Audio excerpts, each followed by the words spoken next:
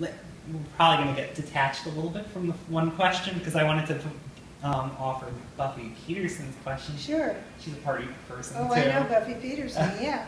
She asked... I've met Buffy in San Francisco, yeah. She did mention that. Yeah. I'm like, in Castro District? Yeah. But, Anne, you received your first typewriter in 1959, and over the years, mediums have changed from typewriters to word processing, we're just talking about technology, fast forward to computers, and now tablets. With all the new technologies, what medium really helps you write the best? Oh, the computer. The computer and the word processing programs. There's no question. I mean, I wrote a number of novels on a typewriter. There's just no comparison. The computer, it takes a few years and a few novels to get used to it. And I've worked with computers very early on. I wrote The Vampire Lestat in 1984 on an Osborne 1 computer with a 6-inch screen, you know.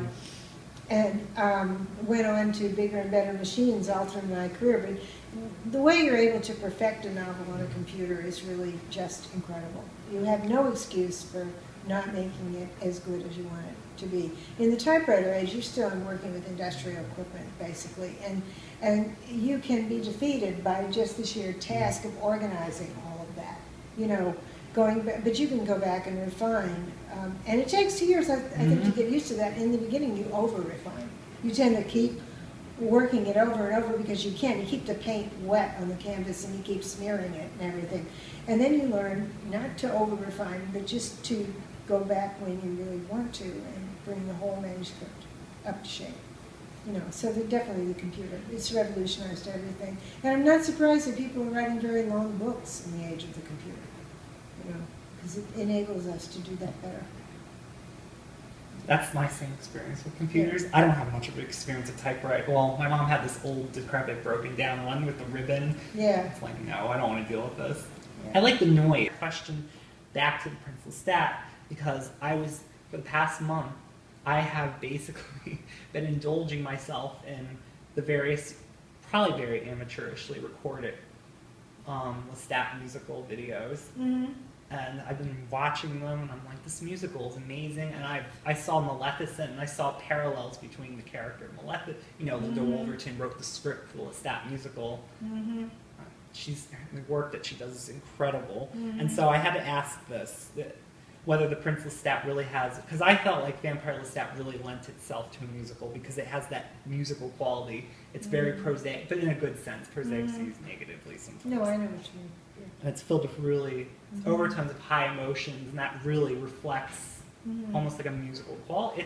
It's structured like a musical. Really? Do you think Prince Lestat could lend itself to a musical? Yeah, I guess it could. It never occurred to me, but I'm sure it could. Yeah, an opera. I mean, it could. Yeah, no question. Maybe somebody will attempt to do it. You know? Now about the opera project, sorry, this wasn't even the question I had in the script, but this is what happens.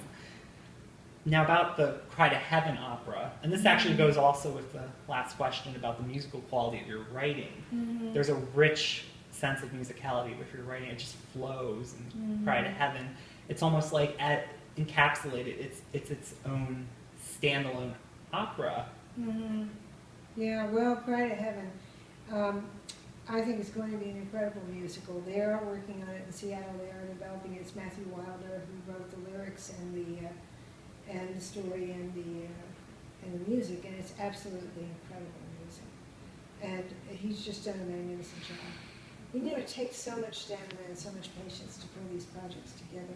We novelists really have it easy compared to the people in the realm of musicals and movies. It takes years for them to get all the collaborative elements that they need together.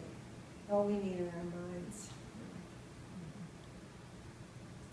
And I had to talk about this because this is something that some other interviews kind of bypass because I think some people do still see it as a very taboo subject. But in the 80s, you were writing about sexuality still in a very, very, very, very progressive. I say so many varies because it's still, if you go back to your characters, in a sense, they're transcending where we are in terms of looking at human sexuality. You're going beyond the orientations and the labels, and I think that's because the vampires allow themselves. Is that something you're still going to explore in Prince Lestat? I'd say that again. Am I going to explore the sexuality? Like the fluid nature of sexuality. Oh, yeah, I think so. Certainly gender identity. All of my characters transcend gender and they don't really care about gender. And that's very evident in Princess Di too, yeah. That there were all kinds of love. And we're seeing that more in popular media today. You know, we really are. We're seeing movies like Winter's Tale and Frozen that are indicating that love is not necessarily romantic love. That it's love above all. It transcends gender. I loved Frozen for that various reason. Yeah, of course. We're getting very progressive with our Yeah, we films. are. That was a shock to discover at the end of a movie like that it didn't mean romantic love. It meant, you know. I was almost going to mention Maleficent, but I don't know if you Yeah, didn't I see haven't it seen yet, it. so I I'm haven't going seen to... it, but Winter's Tale is basically the same thing. You've got the wrong redhead. You know, I don't want to spoil it for anybody who hasn't seen it, but yeah, same thing. I had to also, this is really the last question, but I think a lot of people are going to appreciate this one. What is you're a big Game of Thrones fan, and so what is your favorite, your favorite Tyrion quote? Oh, Tyrion? Oh, gosh. I've been on trial all my life. Did Tyrion say that? I don't... I've been on trial for being a dwarf. I believe that was one of the greatest quotes, and of course I love that if you say that word again, I'll shoot you or I'll kill you. You know, I don't know. I love everything he says. Yeah. Well, thank you very... Oh, do you have a message for the Book Coven? Oh, just I appreciate so much that you take the book seriously, that you care about them, that you care about all different aspects of them. It just inspires me and it warms my heart. So, yeah, that's my message. I send my love to everybody and thank everybody for the questions. And thank you for bringing it all together. It's been great to talk to you again. It's been wonderful to have this opportunity. Great. So thank you so much. You're very easy to interview in a sense because Thank you're you. very receptive. And it's also, you start to feel like you're not really talking to someone who's high profile. That's what happens when you're having a good conversation. Yeah, well, I'm glad it worked out. And thanks to our tech guy. Yes, thank you, Becket, very much for filming on Anne's Tardis. You're welcome. Yeah. All right.